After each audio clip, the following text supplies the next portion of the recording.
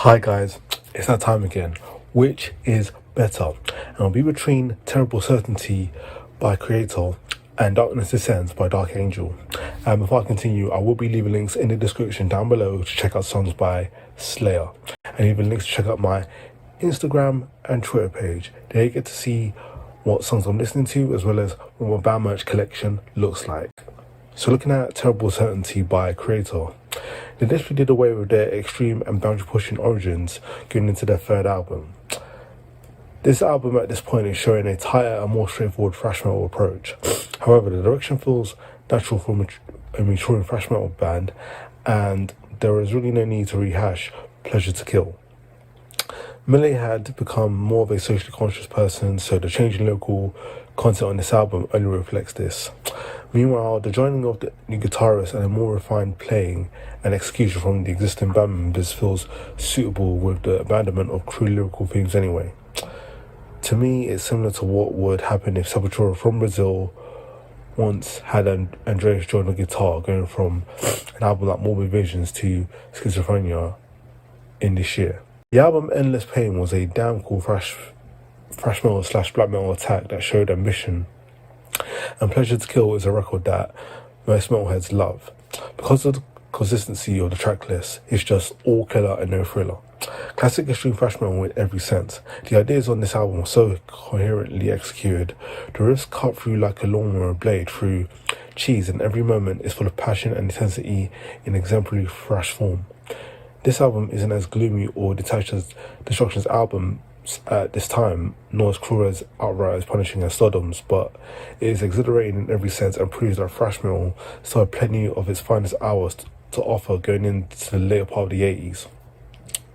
The structure on this album starts off with a banger or two before building up to something more evolved towards the half point, in terms of the title track and Toxic Trace and the broken up by Venter song As the World Burns, then having more sublime deep cuts, one of us, and finally closing on a more emotionally powerful note, Behind the Mirror. Guys, KREATOR got emotional, dynamic riffing and delivery down to perfection. The song Storming with Menace is a song most people remember well with this album, and coupled with the preceding opener, Blind Faith, it is not hard to see why. Both have unforgettable refrains, with Blind Faith relying more on Millie's vocal approach and Storming relying more on an unknown progression.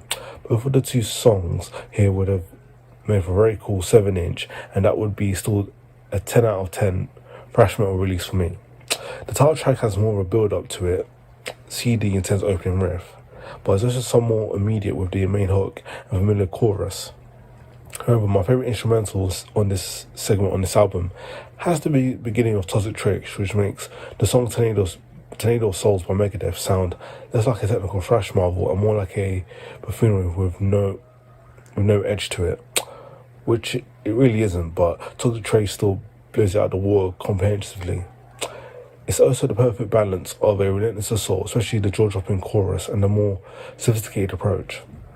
Certainly, the palm-muted riffs, played primarily on the A and D strings, break up the more unforgiving thrashiness while still being interesting due to a chorus feel.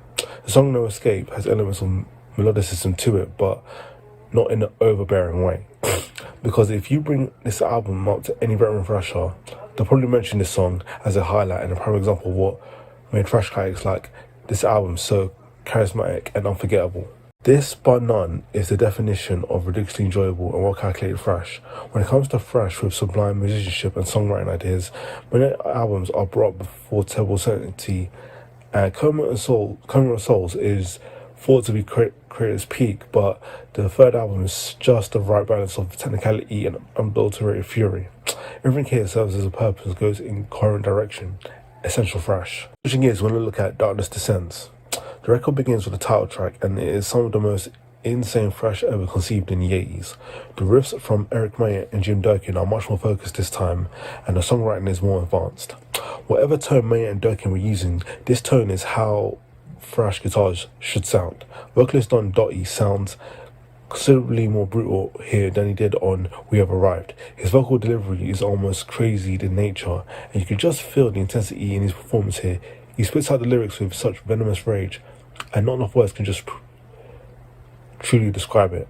Bassist Robian is clearly in the mix, and you can hear it this time round, and the bass is just awesome. He doesn't just follow the guitars, his bass lines stand out and just feel original. But of course, we have one of the greatest drummers around. I'm talking about the atomic clock, Gene Hoglan. Gene's drumming is pretty much downright insane on this album, and especially on Burning of Sodom. His drumming performance is so impressive, it leads one to believe if he is actually humanly possible for someone to have that much endurance and stamina. In terms of highlights, there's the track Perish in Flames. According to Gene himself, this track was actually strangely enough, his mother's favourite from the album. This is an excellent choice for a favourite because the riffs are crazy, the vocal performance is purely in the sea, and can't come close to being this unhinged. It's just not possible. It's an awesome track, and it's a great way to end the album. So all in all, Dark Angel definitely reached their peak on this album. The song Time Does Not Heal is really, well, the album Time Does Not Heal is good, but this is an iconic album. The only albums I can think of that come close to being as brutal is Morbid Saints' Spectrum of Death and Demolition Hammer's Epidemic of Violence. This album truly needs to be heard in order to grasp the criminally intensity of it. I recommend this definitely to fans of Slayer, Exodus, Creator, Morbid Saint, Blood Feast, Demolition Hammer, and Exhumer. So there you have it, guys. Let me know in the comments down below what you thought was the better album.